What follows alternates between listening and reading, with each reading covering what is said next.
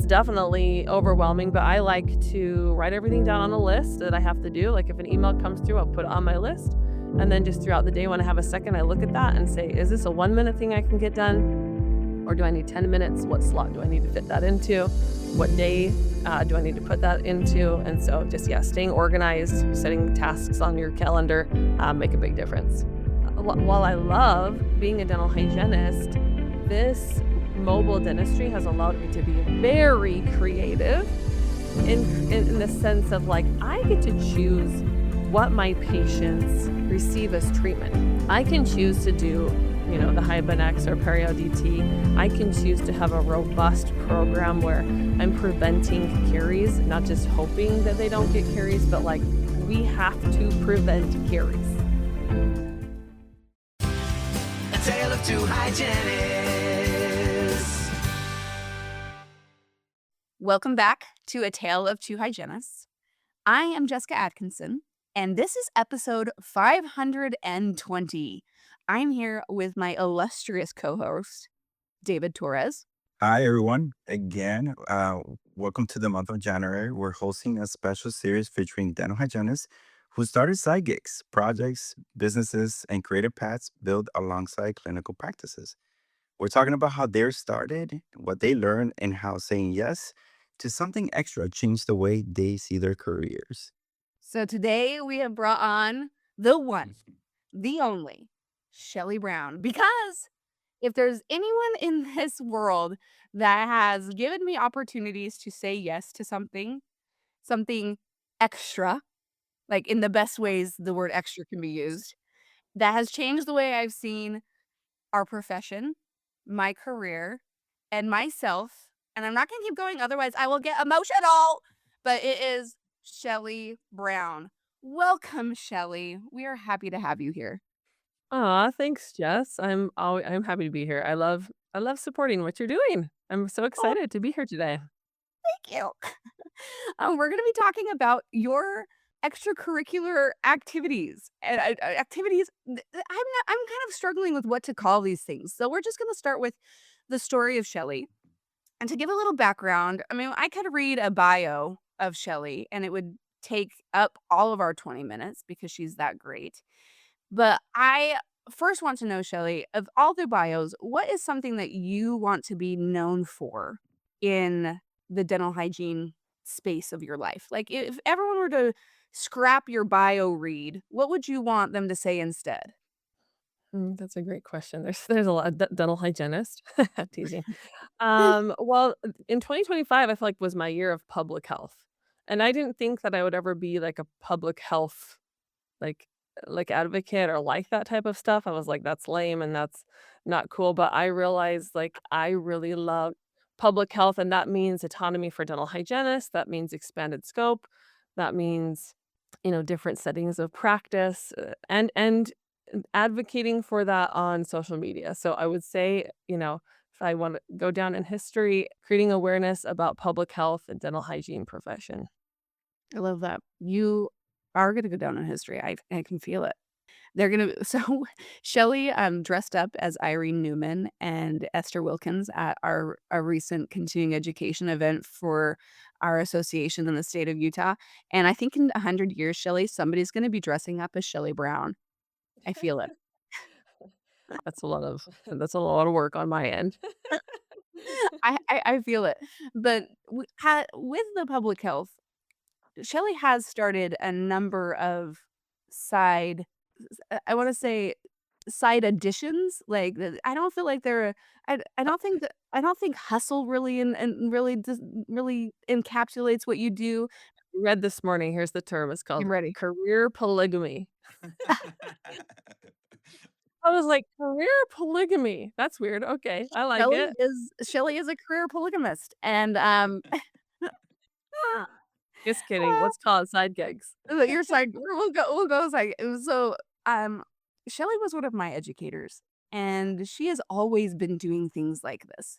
When I was her student, she was talking about writing a book, and then when I was her colleague, she started a business online educating other dental professionals with me. I was so grateful to be part of that endeavor. And because you would like to go down as in history as in the public health arena, there's one side gig I'd like to focus on today with you, Shelley. And can you tell us how your business of Homebound Smiles came about? How, because I know you want to publicly, public health and that be in that space and advocate, but you're not just words on a screen. You actually do it in the real life.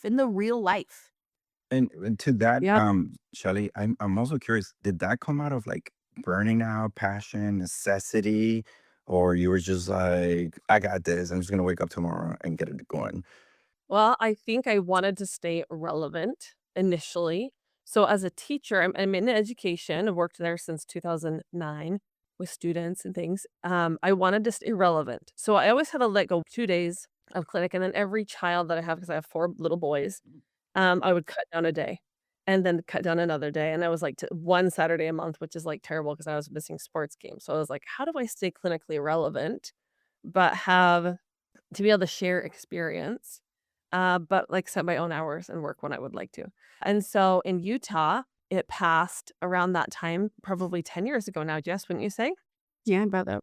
That, hygienists could see patients in public health settings with a collaborative dentist at the time. And I was always kind of interested. We had a few people starting that, doing something like that, and I was like, "Hey, that looks kind of interesting." A way to set my own schedule, see patients, like, how cool would that be? And the catalyst that really started it, I initially got the business license and things like that started going because there's a lot of steps in 2020 and then like COVID hit and then I had a baby. So I didn't do anything with it for like a year and a half, even though I had the business open, which you can do. You can have the name and the license and all the things. And then the catalyst was one of my colleagues in St. George, Utah, Danielle Evans. She said, "Shelley, I have a patient who is in a nursing home. She's a dental hygienist with Alzheimer's, and she needs to see somebody up there, and nobody else is doing it, and you're interested, and I need you to do it." So I had this amazing mentor who kind of pushed me to like seeing my first patient, because like where do you find patients? Like that's a whole other, world, a whole other issue. So she was like ended up being my first patient, this amazing dental hygienist who loves to talk dentistry when I'm with her, but has Alzheimer's, and so that's initially how it started. Wonderful. Is there any I'm so curious because you mentioned a couple things that I'm like, okay, we have 4 boys. I personally have 3 boys. And it's like, it's a lot, you guys. Like, it's a lot. I have to know, like, are they like your personal assistants or how does that work? How do you balance it all? Who, how is it that you manage to be who you are without, it seems like now this we're all feeling a little burned out, but being able to kind of have that as a resilience and say, yeah, like I have my home life, I have this going on and my side hustles or gigs. I'm so curious, like, is there a mental fatigue that you were going through some days, or is it just cutting back? And how much is too much and how much is not enough? There's a lot of questions in there, David. See, I'm so I think curious. what you're trying to ask. Yeah, I know, I think what you're trying to ask is, man, how do you balance all the things? Because, I'm a teacher, I run 2 businesses, like that's a lot, right? And I have I've just children and decided I that feel Shelley has more hours in a day than most people. That's what I personally decided in my life, that Shelley just she knows how to take a minute and squeeze an hour out of it. Yeah, that's what I'm always trying to do. So I get up really early before the kiddos. I go to bed at like 9 o'clock though, 'cause I'm real tired. So I'm like, I gotta get up early, get things done, get the kiddos up and going. After a couple hours, get them ready, give them all their kisses and hugs, let them know I'm here, I love them. And then they head off to school. So they're all school aged at this time. When they were not, I had a daycare. I had childcare. I had really great childcare. I think that is important for parents that you have somebody that you can lean on childcare wise. I've had a couple great, 2 great babysitters. So that's made a big difference for me to be able to get things done. Because if you have a toddler running around, like it's impossible. It's impossible to get anything done. You're in and out of like consciousness is what I call it. You're working, you're with child. So finding good support systems and just, when you're home, But there are some times where I have to be like, mom has to go work for like 30 minutes and get a few things done while you guys hang out. So, there's that balance. And it's definitely overwhelming, but I like to write everything down on a list that I have to do. Like if an email comes through, I'll put it on my list. And then just throughout the day, when I have a second, I look at that and say, is this a 1 minute thing I can get done? Or do I need 10 minutes? What slot do I need to fit that into? What day do I need to put that into? And so just, yeah, staying organized, setting tasks on your calendar make a big difference. I will say something that I've learned from you that I working with you is meetings with Shelley are not just meeting to figure out what you need to do later. When I meet with Shelley, we're always looking at what can be done right now, what can be crossed off the list. Is this something that we can get done instead of just talk about? Working meetings. I don't like just listening meetings. I'm just like, give me my action items and get me out of here. Yeah, it sounds like it's having that intentionality, right? Like being able to kind of envision your and forecast your life a bit. With that said, has there been any? Can you think of, or maybe even give me an example of any mistakes that you've done in the past that were just like these are lessons that I had to learn because if it wasn't for that, this is who I am. Mistakes. I am the type of person who, gosh, I suck at proofreading. So I think that that's a big mistake. So I find that I have to do a project and do it to where I think it's complete and get it done early. And then probably a couple days before I'll go back and look at it and I'll be like, what the freak was 2 week ago Shelley doing? So that's my system. I recognize that I'm not like great at proofreading. Luckily, we have ChatGPT nowadays, and I put a lot of things into there and be like, check my spelling. Mhm. That has saved me several times. Yeah, I think that that has been, me not proofreading, me getting things done early. I'm an early bird. I don't like doing things last minute. It gives me stress. So I think that helps. That's great. That's great to hear. Being an early bird and getting things done, can you give us a little bit of context of what it looks like to start your own business? Like, what are the things that have to actually be done to have a business? I mean, it wasn't just one day that you put a sign on outside your door and said, "Now I'm Shelley, owner of Homebound Smiles." What were the steps? So if somebody's listening to this and is like, "Huh, I wonder Yeah. what's that next step?" I think too, one of my maybe it's a vice or it's good, I don't know, because Jess has maybe noticed this about me that when I have an idea, I just like to start. I need to get started. I don't like to be in the dream phase, like a little bit, but I like to get started quick. So sometimes I'll just think, what's my first step? And then I'll go to the first step, and then in the first step, I'll learn what the second step is. And then I realize, okay, I gotta get so my first step starting a business is like, you gotta pick a name. That's like the hardest part. Okay. And then from that, then you can go register with your state and pay the money there. And then they tell you, you've got to get a city business license. I'm like, well, how do I do that? So then I Google that and I look it up with my city and then I go get a city license. And then they tell you, even to actually get a business, you need an EIN number from the federal government. So I got to get an EIN number. And then they tell you, well, you need a bank account. So then you're like, okay, I got to go get a bank account now. So there's a lot of little steps to get started, and sometimes people feel that overwhelm of like, "Well, there's 100 steps. I can't even get started because there's so many steps." So, but if you get done the first step, you're like, "Well, I'm already half like, a little bit of ways there, like, I'm a little bit of way in." And so, I think I'm a learn as I go type of girl. Sometimes maybe I have the cart in front of the horse. Is that the right term? And so sometimes I have to backpedal just a little bit. Maybe that's another one of my mistakes, David, Mhm. is I have to be like, okay, wait, I gotta like do this step before I do this step officially. So that I can make sure things are in order and running properly because I can't function without that one step. So that's just my style is just getting started and doing. I have a little dopamine hit. Maybe you guys experience the same thing when you get something done. Yes. Right? I'm just like, "Ooh, if I get that done, I'll feel good." And then I'll wanna do more things.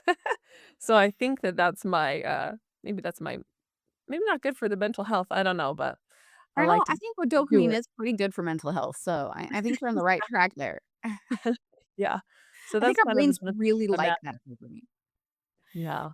I will say that just recently had to speak for the American Mobile and Teledentistry Alliance, which is a really amazing if you're interested in mobile dentistry, a really amazing program, and because of that, I made, like, a handout that goes through like everything you need to start a business. Mine in particular were for Utah, but you can kind of see the gist, whatever state that you're in. It just goes through like that EIN number, like your business license, like through your state, through your local. And Shelley, is this something that you created or is just available on this Yeah. okay, you created it. Yeah, so it's on Shelley the hygienist, like my YouTube channel, and it's for sale on Shelley.dental. Not for sale, it's free. I'm so sorry. No sales. It's free on my website, Shelley.dental, www.shelley.dental. And you can go on there. You can watch the little video about how I got started and get the handout. So anybody who's interested in that. New York, actually, they just started. Well, it just passed for them that they could do public health with a collaborative dentist. And so they're all, I've seen some hygienists being like, I'm excited. I'm going to like get this up and going and help patients, which I love so much. And I'm like, here's my model in Utah. Like, do the same thing in your state. Every state's a little bit different. So if you're interested, that's a way to get started, to see some of the baby steps, maybe see the bigger picture and be like, hey, what's step number one? So you can check that out. What a great resource. I mean, I can't think of a better time now, starting 2026, guys, and being able to say, like, hey, new year, maybe let's start a business and being able to have that resource. That's fantastic. Can you think of any fears of why it will stop anybody? Like somebody listening to this is like, well, I got the resource, I got this. Charlie's a great experience.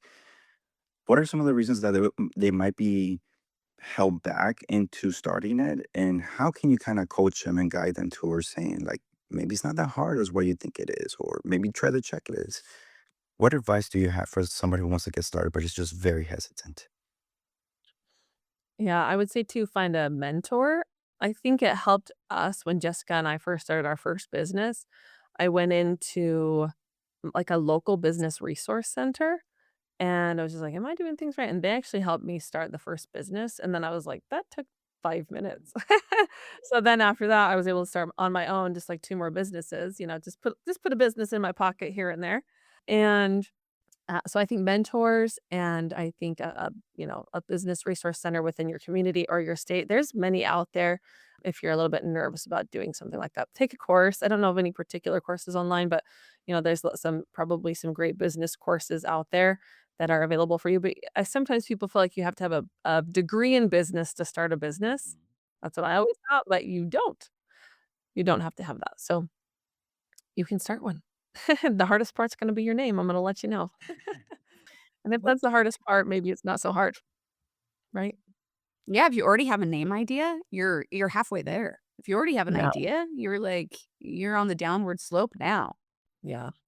And I think, answering that question as per, like, mobile dentistry, I think one of my biggest fears was I was like, "I don't know what I'm doing. I've never done this before." And then obviously, like, I looked at other, like, people doing it a little bit, but I was like, "Your state's a little different than mine."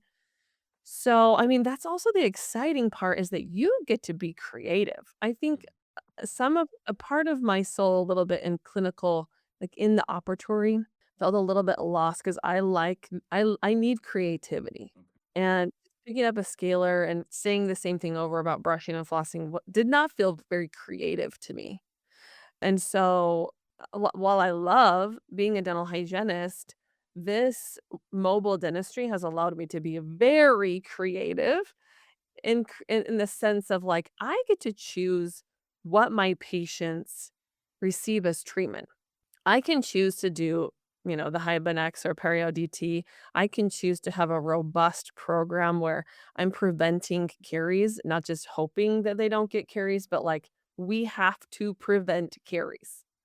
Like, and realizing, wow, if I can prevent caries in patients who have no home care, could we do better job in the world at preventing caries with some of these systems?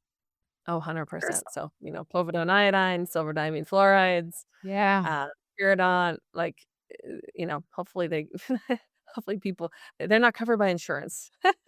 So that's why people aren't currently using them, but there are amazing ways out there to prevent caries. So that creativity has been super fun for me to be like, "Oh, this worked. Oh, this didn't work. This is what I like. This is what I don't like. This worked for this patient."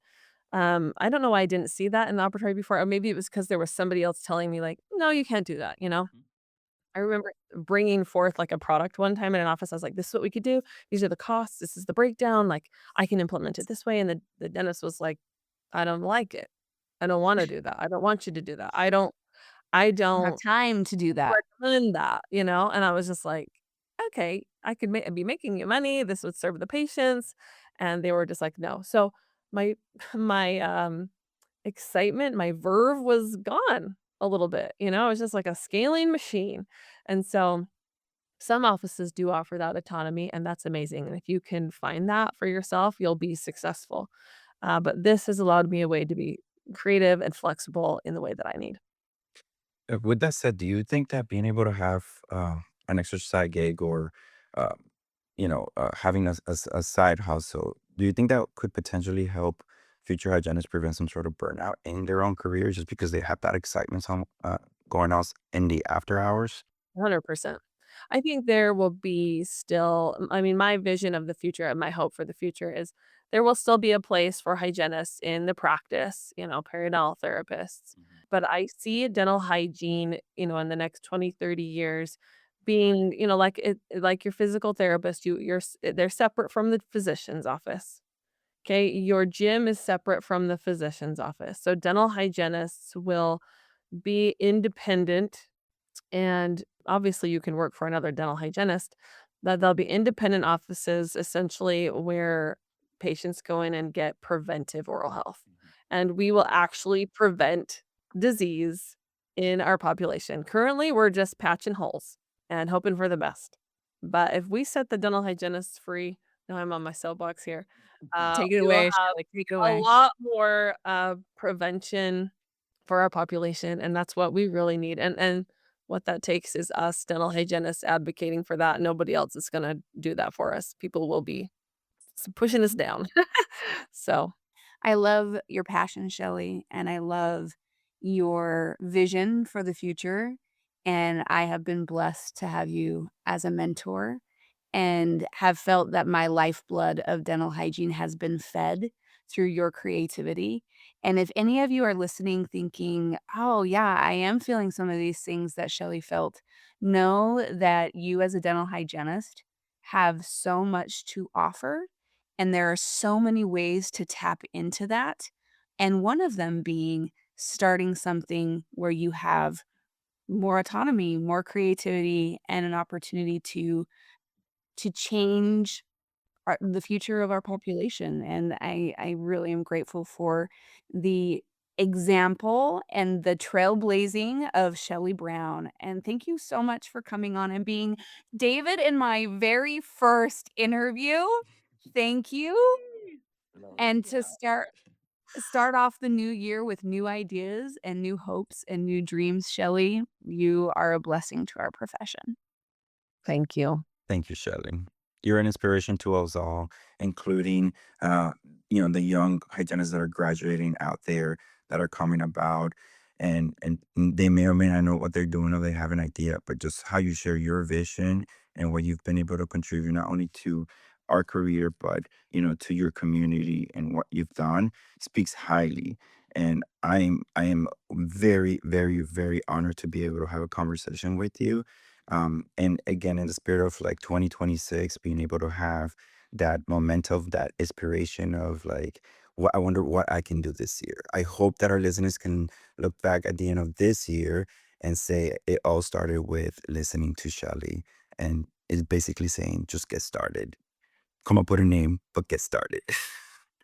Yeah. Thanks, David. That was sweet. Of course. And that's a wrap.